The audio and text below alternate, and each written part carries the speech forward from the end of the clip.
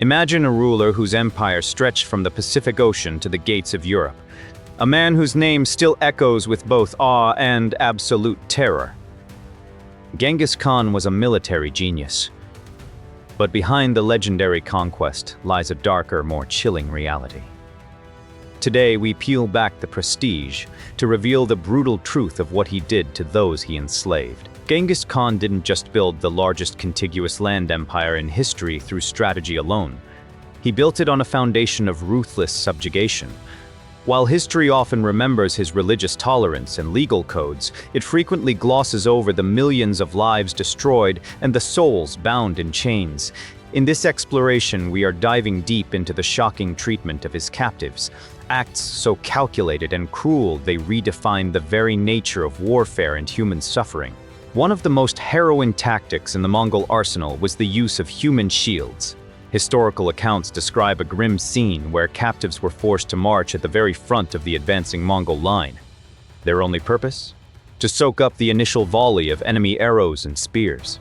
By sacrificing his slaves, the Khan preserved his own elite warriors and psychologically shattered his opponents. We see this clearly in 1209 during the invasion of the Tangut Kingdom, where roughly 30,000 captured Chinese soldiers were used as literal buffers against their own countrymen's defenses. Even more macabre was the campaign against the Khwarezmian Empire in 1223. There, captives weren't just shields. Some were tied to catapults and launched into enemy fortifications like living ammunition. It was a systematic reduction of human life to a mere strategic tool.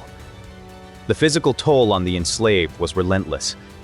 From digging massive canals to hauling the heavy machinery of war across vast deserts, the labor was designed to break both the body and the spirit. But the Khan's cruelty often took a more performative turn. For the amusement of the court, slaves were frequently pitted against each other in fights to the death, or forced to face wild animals. Perhaps the most psychological form of torture was the test of loyalty. In the city of Otrar in 1219, after his ambassadors were murdered, the Khan forced a governor's son, who was also his prisoner, to execute his own father before being killed himself. Later, in 1221, after his son-in-law fell in battle at Nishapur, the Khan ordered every living thing in the city slaughtered. He forced his own daughter to watch the massacre, ensuring the trauma of his wrath was witnessed by even those he loved. Finally, we must address the widespread sexual exploitation that occurred under his reign. The Khan possessed hundreds of wives and concubines, most of whom were spoils of war taken from conquered lands. This culture of objectification filtered down through his ranks, where generals and sons were permitted to claim women as property, regardless of their status or age. This wasn't just a personal vice, it became a genetic phenomenon. The Khan's offspring, like his grandson Kublai Khan, went on to found dynasties of their own. Modern science highlights the sheer scale of this history.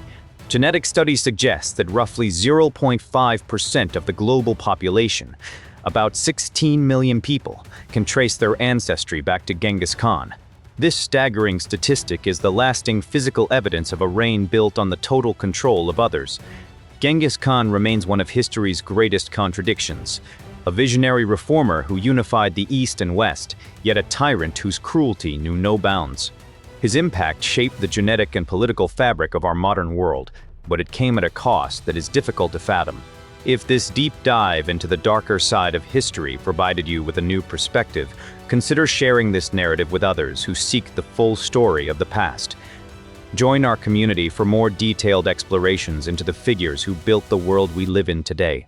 Until next time, keep questioning the history you think you know.